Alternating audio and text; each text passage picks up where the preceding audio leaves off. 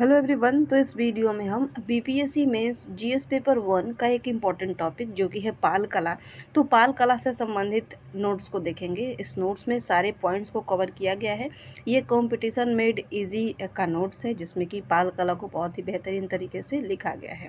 तो आइए देखते हैं। सबसे पहले पाल कला में जो भी हम आंसर लिखेंगे उसमें हमें क्या मुख्य रूप से लिखना रहता है। तो हम भूमिका देते हैं यानी कि इंट्रोडक्शन, उसके बारे में उसका विस्तार लिखते हैं, फिर लास्ट में समीक्षा और निष्कर्ष पे जाते हैं। तो विस्तार में अगर हम देखें तो विस्तार में पाल कला को तीन कैटेगरी में बांटा गया है। पहला है स्थापत्य कला, दूसरा है मूर्ति कला और तीसरा है चित्रकला। तो तीन टाइप में बांटा गया है पाल कला को, तीन तरीके से इसे कैटेगराइज किया गया है। अब स्थापत्य कला में यानी कि आर्किटेक्चर जो है, इसमें आपको बौद्ध धर्म का प्रभाव देखने को मिलेगा और दूसरा जो है वो हिंदू धर्म का प्रभाव देखने को मिलेगा। यानी कि जो भी आर्किटेक्चर बनाया गया, जो भी स्थापत्य का निर्माण किया गया, मंदिरों का निर्माण किया गया, तो उसमें एक बौद्ध धर्म का प्रभाव और एक हिंदू धर्म का प्रभाव, ये दोनों देखने को मिलेगा। मूर्ति कला जो भी बनाया गया तो उसमें आपको कांस्य की मूर्ति और पत्थर की मूर्ति, ये दो तरह की मूर्ति देखने को मिलेगा पाल कला से संबंधित। और चित्रकला में भित्ति चित्र या दीवार चित्र यानी कि जो दीवारों पर बनाया गया है, और दूसरा है पांडुलिपि चित्र यानी कि जो पत्ते वगैरह पर जो चित्र बनाए गए हैं। तो ये दो तरह चित्रकला में ये दो तरह के कैटेगरी बांटा गया है। प्रश्न किस तरह से इसमें पूछा जाता है, तो पाल कला की प्रमुख विशेषताओं की चर्चा करें, और दूसरा है कि पाल कला की प्रमुख विशेषताओं में बौद्ध धर्म के प्रभाव की चर्चा करें। तो प्रमुख विशेषताओं के साथ बौद्ध धर्म का इसमें क्या प्रभाव है, इसका भी चर्चा करना है। तो इस तरह के सवाल पाल कला से संबंधित पूछे जाते हैं। अब भूमिका में देखते हैं क्या लिखा गया है। तो कहा जाता है कि कला मानव की रचनात्मक कल्पनाओं की मूर्त अभिव्यक्ति के साथ ही किसी संस्कृति की मूलभूत पहचान भी होती है। इस संदर्भ में पाल कला के द्वारा मौर्य काल से विकसित हो रही बिहार की समृद्धशाली कला परंपरा को न सिर्फ निरंतरता एवं विस्तार मिला, वरन आगे चलकर इसका प्रचार प्रसार राष्ट्रीय एवं अंतर्राष्ट्रीय स्तर पर भी हुआ। तो ये भूमिका में आप लिख सकते हैं कि कला मानव के रचनात्मक कल्पनाओं की मूर्त अभिव्यक्ति है और इसके साथ साथ किसी संस्कृति की पहचान भी मिलती है वहाँ के कला से। और मौर्य काल के बाद जो कला विकसित हुई उसको जो है पाल शासकों ने इसे विस्तार किया, इसको निरंतरता दी और इसे आगे चलकर जो है इसका राष्ट्रीय और अंतर्राष्ट्रीय स्तर पर इसका प्रचार प्रसार हुआ। अब आते हैं पाल कला के विशेषताओं के बारे में। पाल कला के विशेषता जो है उसे हम किस प्रकार लिखेंगे, तो पाल कला की प्रमुख विशेषताओं को हम कला के विविध रूपों, तो कला के कौन कौन से विविध रूप में पाल कला को बांटा गया है, तो स्थापत्य कला यानी कि आर्किटेक्चरल आर्ट, मूर्ति कला यानी कि स्कल्पचर, और चित्रकला यानी कि पेंटिंग में आदि के संदर्भ में देख सकते हैं। तो स्थापत्य कला, मूर्ति कला और चित्रकला। और पाल कला का स्वरूप और विशेषता, तो पहले हम देखेंगे कि स्थापत्य कला में जो बौद्ध प्रभाव हुआ तो इसमें क्या बनाया गया, तो बौद्ध प्रभाव में महाविहार का निर्माण किया गया। और स्थापत्य कला में हिंदू प्रभाव में क्या बनाया गया, तो मंदिरों का निर्माण किया गया। तो पाल कला स्थापत्य कला की विशेषता है। तो पाल कला में जो स्थापत्य कला है, अब एक एक करके इन सभी का विशेषता देखेंगे। पहले बौद्ध प्रभाव, हिंदू प्रभाव, फिर मूर्ति कला में हम कांस्य की मूर्ति, पत्थर की मूर्ति की विशेषता, और फिर हम चित्रकला में भित्ति चित्र और पांडुलिपि चित्र, इन सबको एक एक करके डिस्कस करेंगे। तो पाल स्थापत्य कला की विशेषताएं। पाल स्थापत्य कला की प्रमुख विशेषताओं को निम्नलिखित बिंदुओं पर समझा जा सकता है। तो कौन कौन से बिंदु हैं जहाँ की इस स्थापत्य कला की विशेषता को समझा जा सकता है। तो पहला है कि अधिकांश पाल स्थापत्य ईंट निर्मित है, हालांकि कुछ में पत्थरों का भी प्रयोग किया गया है। तो जितने भी पाल कला में स्थापत्य, जितने भी आर्किटेक्चर का निर्माण किया गया है वो ईंटों से निर्माण किया गया है, लेकिन कहीं कहीं आपको पत्थरों से भी आर्किटेक्चर का निर्माण देखने को मिलेगा। ईंटों के अधिकांश प्रयोग के पीछे संभवतः मैदानी इलाकों में स्थापत्य का निर्माण था। नेक्स्ट है कि पाल स्थापत्य कला अन्य कलाओं की तरह धर्म से प्रभावित है, विशेषकर बौद्ध धर्म एवं हिंदू धर्म से। भारतीय संदर्भ में कलाओं के प्रारंभिक विकास में बौद्ध धर्म का विशेष योगदान रहा, जो पाल कला में भी दिखता है। तो जो अन्य जैसे भी सभी कलाएं होती हैं जो धर्म से प्रभावित रहती हैं विशेषकर, तो उसी तरह से जो पाल कला है ये भी हिंदू धर्म और बौद्ध धर्म से प्रभावित था। बौद्ध धर्म के प्रभाव से पाल कला में विभिन्न महाविहार, स्तूप एवं चैत्य निर्मित हुए। महाविहारों का संबंध भिक्षुओं के निवास स्थान, शिक्षा दीक्षा और स्तूप बुद्ध के प्रतीक पूजा तथा चैत्यों का संबंध बौद्ध मंदिरों से है। तो ये स्तूप, चैत्य और विहार, ये सब का निर्माण बौद्ध धर्म के प्रभाव में रहकर पाल शासकों के द्वारा किया गया। महाविहार क्या होता है? तो पाल काल में विभिन्न महाविहार जैसे विक्रमशिला महाविहार, उदंतपुरी महाविहार, सोमपुरी महाविहार आदि निर्मित हुए। तो ये महाविहार जो है वो पाल काल में ये सारे महाविहार का निर्माण किया गया, विक्रमशिला, उदंतपुरी और सोमपुरी महाविहार का। इनमें उदंतपुरी महाविहार, जिसका निर्माण पाल वंशीय शासक गोपाल द्वारा करवाया गया था, वर्तमान में पर्याप्त अवशेष नहीं मिलता है। तो उदंतपुरी महाविहार का निर्माण किस पाल शासक ने कराया था? तो गोपाल ने कराया था। और वर्तमान में देखें तो ये उदंतपुरी महाविहार का जो है वो अवशेष नहीं मिलता है। महाविहारों में विक्रमशिला महाविहार सर्वाधिक उल्लेखनीय है, जिसकी संरचनात्मक विशेषताएं निम्न आरेख से समझ सकते हैं। तो विक्रमशिला महाविहार की अगर हम संरचना देखें तो प्रवेश द्वार आपको देखने को मिल सकता है। प्रवेश द्वार के अलावा ये सारे कमरे हैं, चारों तरफ से कमरा बनाया गया है, जिसमें कि खिड़की, रोशनदान सहित कमरों का निर्माण किया गया है। ये जो है 1 मंजिल या 2 मंजिल भी होते थे। आपको यहाँ पे सीढ़ियों का निर्माण भी देखने को मिलेगा। बीच में आपको खुला आंगन है और आंगन के चारों तरफ बरामदा बनाया गया है और बरामदे के बाद जो है वो कमरों का निर्माण किया गया था। तो ये जो है वो विक्रमशिला महाविहार की ये संरचना इस तरह से बनाई गई थी। गोपाल द्वारा निर्मित उदंतपुरी महाविहार, धर्मपाल द्वारा निर्मित पहाड़पुर स्थित सोमपुरी महाविहार की संरचना लगभग इसी प्रकार है। तो इसी प्रकार से जो है महाविहार की संरचना बनाई गई थी पाल शासकों के द्वारा। इन महाविहारों का अतिरिक्त दक्षिण पूर्व एशिया के शैलेंद्र वंशीय शासक बालपुत्र देव ने नालंदा में इसी काल में एक बौद्ध विहार निर्मित करवाया, जिसकी शैली पर देसी एवं विदेशी दोनों तत्वों का प्रभाव दिखता है। तो शैलेंद्र वंश के शासक बालपुत्र देव के द्वारा भी नालंदा में बनवाया गया है, क्या विहार बनवाया गया था, जिसमें कि देशी और विदेशी दोनों तत्वों का प्रभाव देखने को मिलता है। तो ये महाविहार के बारे में डिटेल हो गया। अब है स्तूप के बारे में। तो पाल कला में स्तूप निर्माण की परंपरा का भी व्यवस्थित विकास हुआ, जिसका संरचनात्मक स्वरूप निम्न रहा। तो स्तूप का संरचना दिया गया है। स्तूप का निर्माण किस प्रकार किया गया था, फिगर से आप देख सकते हैं। तो सबसे पहले जो प्रवेश द्वार था, इसे क्या कहा जाता था? इसे तोरण कहा जाता था। तोरण अगर इसमें देखें स्तूप में मेन रूप से क्या रखा जाता था, तो स्तूप में जब बुद्ध की जो महापरिनिर्वाण को जब बुद्ध प्राप्त होने लगे, तो उन्होंने उस समय उनके जो अनुयायी थे, उनके जो फॉलोअर्स थे, उन्होंने पूछा कि आपको हम किस प्रकार से याद कर सकते हैं। बुद्ध के जो भी अनुसरण करता थे उनसे पूछे कि आप तो इस दुनिया को अब छोड़ के जा रहे हैं, तो आपको किस प्रकार याद किया जा सकता है। तो बुद्ध ने बताया कि मेरे जाने के बाद मेरी जो भी अस्थियां हैं, मेरी जो भी चीज़ें हैं मेरी मुझसे संबंधित, उसको आप स्टोर करके एक स्तूप के रूप में, यानी कि एक स्तूप के रूप में आप उसे रख सकते हैं। तो धीरे धीरे एक बॉक्स के रूप में उसे बंद किया जाने लगा। फिर उसके ऊपर से देखेंगे तो आप ये अर्धचंद्राकार गुंबद का निर्माण किया जाने लगा। उसके बाद ये बुद्ध के अवशेष स्थल, जिसमें कि हर्मिका का नाम दिया गया। तो इस तरह से बुद्ध के अवशेषों को ही इसमें रखा गया है। तो स्तूप का मुख्य कार्य यही होता है। तो स्तूप का निर्माण आप देख सकते हैं, प्रवेश द्वार, तोरण, ये छत्र का निर्माण किया गया है। तो छत्र में यहाँ पे लिखा गया है श्रद्धा, सम्मान और उदारता का प्रतीक है। इसे त्रिछत्र या छत्र यष्टि त्रिछत्री भी कहा जाता है।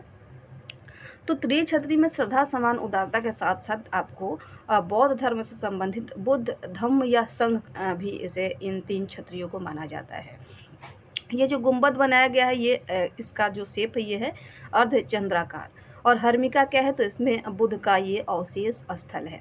तो इस प्रकार इसमें ये स्तूप का निर्माण किया गया था। स्तूप के चारों ओर प्रदक्षिणा पथ का निर्माण किया गया था, जिससे कि बुद्ध के अवशेषों के चारों ओर लोग प्रदक्षिणा करते थे। अब नेक्स्ट है चैत्य। तो पाल कला में पहले से चली आ रही चैत्य निर्माण परंपरा बौद्ध मंदिरों के रूप में विकसित होती रही। इसका संरचनात्मक स्वरूप निम्न है। तो चैत्य का निर्माण किस तरह से बनाया गया है, आप देख सकते हैं। तो चैत्य जो है वो क्या होता था, तो ये पूजा स्थल होता था। बौद्ध धर्म का पूजा स्थल चैत्य को कहा जाता था। स्तूप किसे कहा जाता था, तो स्तूप जो है वो बुद्ध के अवशेष उसमें स्टोर किए जाते थे, तो वो स्तूप हो गया। तो चैत्य में प्रवेश द्वार आपको देखने को मिल सकता है, चारों तरफ से स्तंभ का निर्माण किया गया था और यहाँ पे आपको बुद्ध का मूर्ति स्थल था। यहाँ पे लोग पूजा करने के लिए मुख्य रूप से जाते थे, तो बुद्ध की मूर्ति स्थापित की गई थी और उसके चारों ओर ये प्रदक्षिणा पथ बनाया गया था ताकि वहाँ पे लोग वहाँ प्रदक्षिणा कर सके। अब हिंदू धर्म से प्रभावित स्थापत्य के बारे में दिया गया है। तो अब तक हमने बौद्ध धर्म से पढ़ा कि महाविहार, स्तूप और चैत्य का निर्माण कराया गया। अब हिंदू धर्म से प्रभावित होकर किस चीज़ के कौन कौन से स्थापत्य का निर्माण किया गया, तो पाल स्थापत्य कला के तहत हिंदू धर्म के प्रभाव से प्रभावित कुछ प्रमुख मंदिर भी निर्मित हुए, जैसे गया स्थित विष्णुपद मंदिर, कहलगांव का गुफा मंदिर आदि। इनमें गया स्थित विष्णुपद मंदिर की प्रमुख विशेषताएं हैं। तो विष्णुपद मंदिर का निर्माण किया गया और कहलगांव भागलपुर का गुफा मंदिर, ये सारे मंदिरों का निर्माण बौद्ध धर्म से प्रभावित होकर पाल शासकों के द्वारा कराया गया।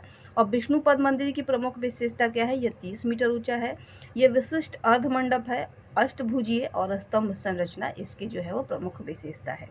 यह मंदिर मूलतः उत्तर भारतीय नागर शैली से प्रभावित है। अब आते हैं पाल मूर्ति कला के बारे में। तो पाल कला के विभिन्न रूपों में पाल मूर्ति कला का उल्लेखनीय स्थान है। विशेषकर इस काल में बनी कांस्य की मूर्तियों को न सिर्फ हड़प्पाकालीन कांस्य मूर्ति परंपरा से जोड़ा जा सकता है, बल्कि इसके कलात्मक सौंदर्य की तुलना पाल के समकालीन चोलकालीन एवं कांस्य मूर्तियों से भी की जा सकती है।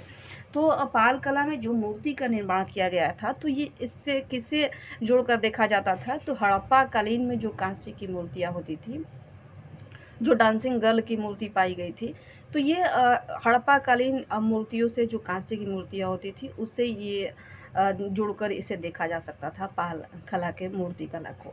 इसके अलावा जो उस समय के समकालीन चोलकालीन कांस्य मूर्ति भी निर्माण, जो कि नटराज, भगवान शिव के नटराज मूर्ति का निर्माण किया गया था कांस्य से, तो उससे भी इसकी तुलना की जा सकती थी कि इससे भी ये जुड़े हुए थे। इसी से प्रभावित होकर पाल शासक जो है वो कांस्य की मूर्तियों का निर्माण कर रहे थे। तो पाल मूर्ति कला में कांस्य से निर्मित मूर्तियों का निर्माण किया जाता था और पत्थर से निर्मित मूर्तियों का निर्माण किया जाता था। अब कांस्य से निर्मित मूर्तियों की महत्वपूर्ण विशेषताएं क्या है, तो इस प्रकार के मूर्तियों को पालकालीन मूर्तियों में विशिष्टता सूचक माना जाता है। ये मूर्तियाँ मुख्यतः बिहार के नालंदा, कुकरीहार, सुल्तानगंज आदि स्थान से प्राप्त हुए हैं। इस प्रकार के मूर्तियों के निर्माण में धीमन, बीथपाल जैसे मूर्तिकारों का विशेष उल्लेख है। ये मूर्तिकार पाल शासक के समकालीन तथा नालंदा निवासी माने जाते हैं। कांस्य मूर्तियों का निर्माण सांचों की सहायता से किया जाता था, जिसमें ढलवा पद्धति का प्रयोग होता था। इस मूर्ति को काफ़ी अलंकृत किया गया है, अर्थात सजावट किया गया है। तो जो भी पाल कला में जो मूर्ति कांस्य से निर्मित मूर्ति थी, उनकी जो अलंकरण है वो काफ़ी बढ़िया से किया गया है, उनकी जो सजावट है वो काफ़ी अच्छा से किया जाता था। कांस्य निर्मित इन मूर्तियों पर धार्मिक प्रभाव विशेष रूप से परिलक्षित है। बौद्ध धर्म के प्रभावों को बुद्ध, बोधिसत्व जैसे मूर्तियों में देखा जा सकता है। हिंदू धर्म से प्रभावित मूर्तियों में विष्णु, बलराम आदि की मूर्तियां विशिष्ट है। अब पत्थर से निर्मित मूर्तियों की विशेषता क्या क्या है, तो पाल मूर्ति कला में कांसे के अतिरिक्त पत्थर की मूर्तियां भी निर्मित हुई। इनकी प्रमुख विशेषताएं निम्नलिखित हैं। इस प्रकार की मूर्तियां काले बेसाल्ट पत्थर द्वारा निर्मित हैं। तो पाल कला की जो पत्थर की मूर्तियां हैं वो किससे निर्मित है, तो काले बेसाल्ट पत्थर से निर्मित है, जो मुंगेर, संथाल परगना आदि स्थलों से मंगाए जाते थे। कांसे की मूर्तियों से अलग इस प्रकार की मूर्तियां हस्त निर्मित मानी जाती हैं। जहाँ कांसे की मूर्तियों को किस प्रकार निर्माण किया जाता था, तो ढलवा पद्धति से निर्माण किया जाता था, जबकि जो पत्थर की मूर्तियाँ थी वो उसे हस्त निर्मित यानी कि हाथ से बनाया जाता था। इन मूर्तियों में शरीर के अग्र भाग का ही अंकन है तथा पृष्ठ भाग, पश्च या पिछला भाग जो है वो सपाट है, यानी कि मूर्ति के अग्र भाग को ही अच्छी तरीके से अलंकृत करके सजाया गया था। मूर्ति के अग्र भाग को ही दर्शाया गया है, जो पीछे का भाग है वो पूरी तरह से सपाट बनाया गया था। कांसे की तरह ही पत्थर की मूर्तियां भी अलंकृत हैं। पत्थर की मूर्तियों पर भी धार्मिक प्रभाव दिखाई पड़ता है, जिसके तहत बौद्ध एवं हिंदू धर्म से संबंधित विभिन्न मूर्तियां निर्मित हुई। कांसे एवं पत्थर की मूर्तियों के अतिरिक्त मृण्ड मूर्तियां एवं मृद भांड आदि भी निर्मित हुए। मृण्ड मूर्तियों का प्रयोग मुख्यतः सजावट हेतु होता था। तो सजावट के लिए मृण्ड मूर्तियों का उपयोग किया जाता था। इसके अलावा जो है मृद भांड का भी निर्माण बहुत ज़्यादा पाल काल में किया गया था। अब है पाल चित्रकला। तो पाल चित्रकला जो था वो उसको भी दो भागों में बांटा गया है। पहला है पांडु लिपि चित्रकला और दूसरा है भित्ति या दीवार चित्रकला। तो पालकालीन कला के तहत पाल चित्रकला का भी विशिष्ट स्थान है, जिसकी प्रमुख विशेषताएं निम्न हैं। पांडुलिपि चित्रकला की विशेषताएं क्या है? तो ऐसे चित्र किसी विषय वस्तु को विस्तार देने तथा सजावट के उद्देश्य से बनाए गए हैं। ऐसे चित्र मुख्यतः ताड़पत्रों पर मिलते हैं। यानी कि पांडुलिपि का मतलब क्या होता है? पांडु यानी कि पांडु का मतलब ही होता है पत्ता। तो पत्तों पर जिस चित्रकला का निर्माण किया जाता था, इसे पांडु चित्रकला या पांडुलिपि चित्रकला कहा जाता था। अधिकांश पांडुलिपि चित्र नालंदा महाविहार से संबंधित माने जाते हैं, जिन्हें आगे चलकर नेपाल, तिब्बत, बर्मा, श्रीलंका से आए बौद्ध भिक्षुओं द्वारा बाहर ले जाया गया। इन चित्रों को लघु चित्रों की श्रेणी में रखा जाता है और मुख्यतः गहरे रंगों जिसमें कि लाल, काला आदि का प्रयोग मिलता है।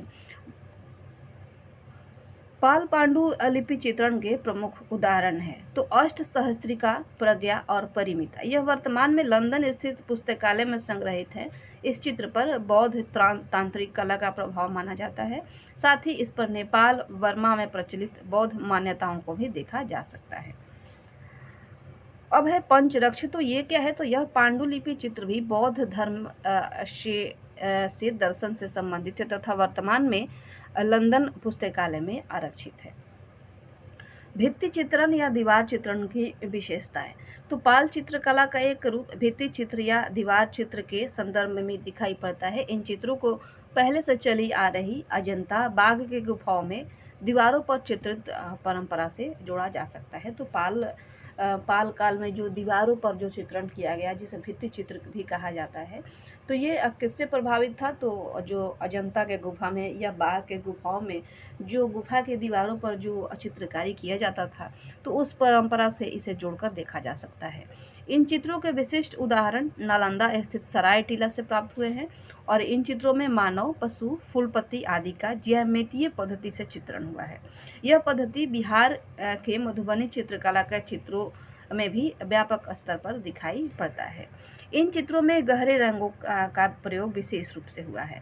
अब आते हैं समीक्षा एवं निष्कर्ष, यानी कि पाल काल की का जो भी कला है इसके बारे में समीक्षा कैसे लिखेंगे और लास्ट में हम इन सभी को मिलाकर एक अच्छा सा निष्कर्ष कैसे लिखेंगे। तो पाल कला के विभिन्न रूपों से संबंधित उपरोक्त वर्णन से स्पष्ट है कि इस कला की कई विशेषताएं स्थापत्य, मूर्ति कला, चित्रकला के संदर्भ में उल्लेखनीय हैं। जैसे इस काल में महाविहारों के निर्माण की परंपरा पहले से ज़्यादा व्यवस्थित एवं व्यापक हुई। पालकालीन कांसे की मूर्ति अपने कलात्मक संदर्भ में समकालीन चोलकालीन नटराज के कांसे के मूर्ति के समकक्ष या सदृश है। चित्रकला के संदर्भ में पांडुलिपि चित्रण का विकास कई रूपों में विशिष्ट है, पर कला समीक्षकों ने कुछ बिंदुओं पर पाल कला की आलोचना की है। अब आलोचना किस आधार पर किया गया है कला समीक्षकों के द्वारा? तो इनमें से प्रमुख निम्नलिखित हैं। क्या क्या है जो इसकी आलोचना है पाल कला के बारे में? तो पहला है पुनरावृत्ति दोष। तो कई समीक्षकों के अनुसार पाल कला के विभिन्न रूप स्थापत्य, मूर्ति कला या चित्रकला आदि से पूर्व से प्रचलित तत्वों का ही दोहराव है, परिणामतः इसमें नवीनता का अभाव है। तो कई कला समीक्षक ये मानते हैं कि जो पाल स्थापत्य कला है, मूर्ति कला है या चित्रकला है, ये पहले से जो भी बनाए जा रहे थे उन्हीं को ये कॉपी किया गया है, उन्हीं से प्रभावित होकर इसका निर्माण किया गया है। तो इस तरह से जो पहले से प्रचलित तत्व हैं उनको ही दोहराया गया है। तो इसमें कोई भी नई चीज़ नहीं है, यानी कि इसमें नवीनता का अभाव है। दूसरा है कि उदाहरण के लिए पालकालीन मूर्तियां मौर्योत्तर काल से चली आ रही मापुरा एवं गंधार शैली तथा गुप्तकालीन मूर्ति कला शैली के आधार पर निर्मित है। इसी प्रकार पाल चित्रकला के अंतर्गत भित्ति या दीवार चित्रण अजंता, एलोरा एवं बाघ की गुफा चित्रों की ही पुनरावृत्ति है।